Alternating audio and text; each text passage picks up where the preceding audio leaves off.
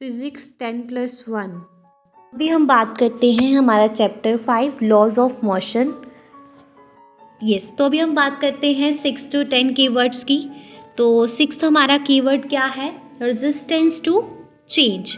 तो resistance to change क्या है कि unwillingness to adapt to a new circumstance और वेज ऑफ डूइंग थिंग्स। हम नहीं चाहते फिर भी हमें नए सर्कमस्टांस में जो है एडजस्ट करना पड़े, उसके लिए कुछ रास्ते ढूंढने पड़े, कुछ नई चीज़ें करने पड़े, तो उसको बोलते हैं रेजिस्टेंस ऑफ चेंज। ये जो है इंडिविजुअल्स में हो सकता है, रिलेशनशिप में हो सकता है, ऑर्गेनाइजेशन के साथ हो सकता है रेजिस्टेंट टू चेंज। और बहुत सारे रीजंस होते हैं रेजिस्टेंस के लिए, but at its heart resistance is rooted in a fear of the unknown. तो अगर फिजिक्स की बात करें तो रेजिस्टेंट टू चेंज क्या है? Resistant to change the state of an object's motion is called inertia.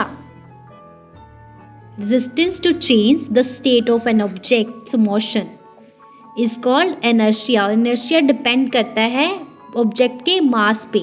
अगर ऑब्जेक्ट का मास जो है वो ज़्यादा है तो उस पर ज़्यादा रेजिस्टेंस लगता है और रेजिस्टेंट लगता है to change the state of motion will be. Clear है? तो resistant to change is called, science में कहा जाता है, स्टेट ऑफ मोशन और rest of body. Change in state of motion और रेस्ट ऑफ बॉडी, उसको हम बोलते हैं इनर्शिया। ये प्रोपोर्शनल है बॉडी के मास पे। नेक्स्ट कीवर्ड आता है हमारा 7th, first law of motion. तो फर्स्ट लॉ ऑफ मोशन क्या है? फर्स्ट लॉ ऑफ मोशन को लॉ ऑफ इनर्शिया भी बोला जाता है। कोई ऑब्जेक्ट जो है वो रेस्ट पे रहता है, तब तक रेस्ट पे रहता है जब तक उस पर कोई जो है एक्सटर्नल फोर्स नहीं लगती है, और कोई ऑब्जेक्ट जो है मोशन में है तब तक मोशन में रहता है at a constant speed and in straight line unless acted upon on a by an unbalanced force. एक बार फिर से, an object at remains rest at rest, an object and in motion remains in motion at constant speed and in a straight line unless acted on by an unbalanced force is called first law of motion. Again repeat, कोई भी object जो है तब तक motion में रहता है जब तक उस पर कोई बाहर से फोर्स नहीं लगती है, तब तक वो है रेस्ट में रहता है जब तक उस पर कोई बाहर से फोर्स नहीं लगती। जैसे आप मान सकते हो इसकी एग्जांपल, एक बॉडी जो है उसकी movement to the side when a car makes a sharp turn.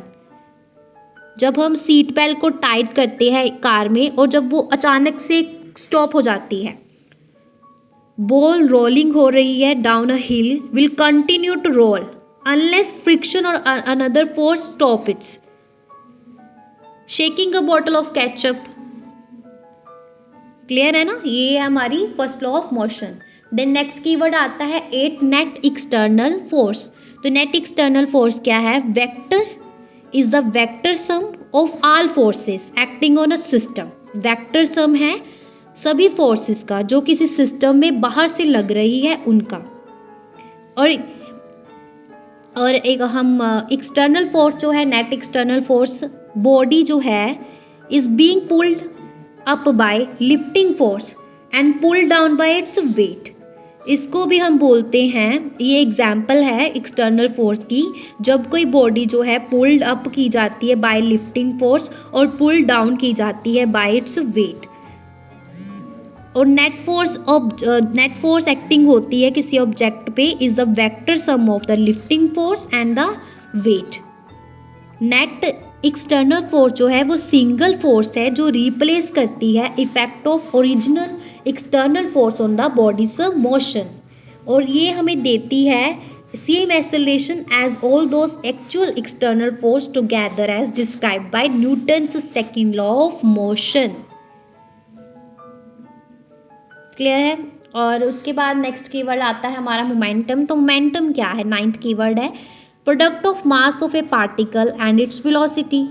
Product of mass of particle and its velocity is called momentum. Momentum एक वेक्टर क्वांटिटी है, इसका मैग्नीट्यूड भी है, डायरेक्शन भी है। इसाक न्यूटन जी ने सेकेंड लॉ ऑफ मोशन दिया था जो स्टेट करता है time rate of change of momentum is equal to the force acting on the particle. Momentum का मतलब है स्ट्रेंथ और फोर्स जो गेन की जाती है बाय मोशन और सीरीज ऑफ इवेंट्स। क्लियर है? सिंपल डेफिनेशन क्या है इसकी? The product of an object mass and velocity is called momentum. ये एक फंडामेंटल कंसेप्ट है फिजिक्स का जो क्वांटिफाई करता है मोशन में जो ऑब्जेक्ट हो उसको। दूसरे वर्ड्स में हम कह सकते हैं कि जब हम मल्टीप्लाई करते हैं मास ऑफ ऑब्जेक्ट को वेलोसिटी से तो हमारा आता है मोमेंटम। मोमेंटम रियल लाइफ में क्या है? जैसे हमारे लिए में बात करें, जो कार मूव कर रही है वो मोमेंटम है। जब कार मोशन में होती है तो इसका मोमेंटम जो है which is the product of its mass और वेलोसिटी। और कार का मोमेंटम इफेक्ट करता है कि how difficult it is to stop और चेंज इट्स डायरेक्शन, और यही है हमारा मोमेंटम। नेक्स्ट हमारा कीवर्ड आता है 10th second law of motion. तो सेकंड लॉ ऑफ मोशन क्या है? F equals to ma momentum और net force is equal to mass time accelerating. ये हमारा क्या है? न्यूटन से सेकंड लॉ। पुशिंग और pulling an empty cart is easy as compare to loaded cart, क्योंकि लोडेड कार्ट का मास जो है वो ज़्यादा है। तो यही तो है हमारा second law of motion. Riding your bicycle is a good example of second law of motion.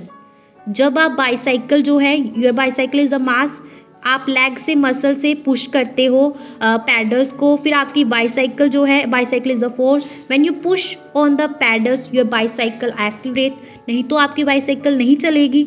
Newton से सेकेंड लॉ ऑफ मोशन कहता है कि acceleration gaining speeds happens when a force act on a mass. जब कोई force लगती है मास पे तभी जो है एक्सेलरेशन होती है, स्पीड मिलती है। और riding a bicycle is a good example. Second law of motion जो है रियल लॉ ऑफ मोशन है, क्योंकि फर्स्ट और थर्ड लॉ जो है वो prove using it. Second law कहता है कि force applied on a particle is directly proportional to the rate of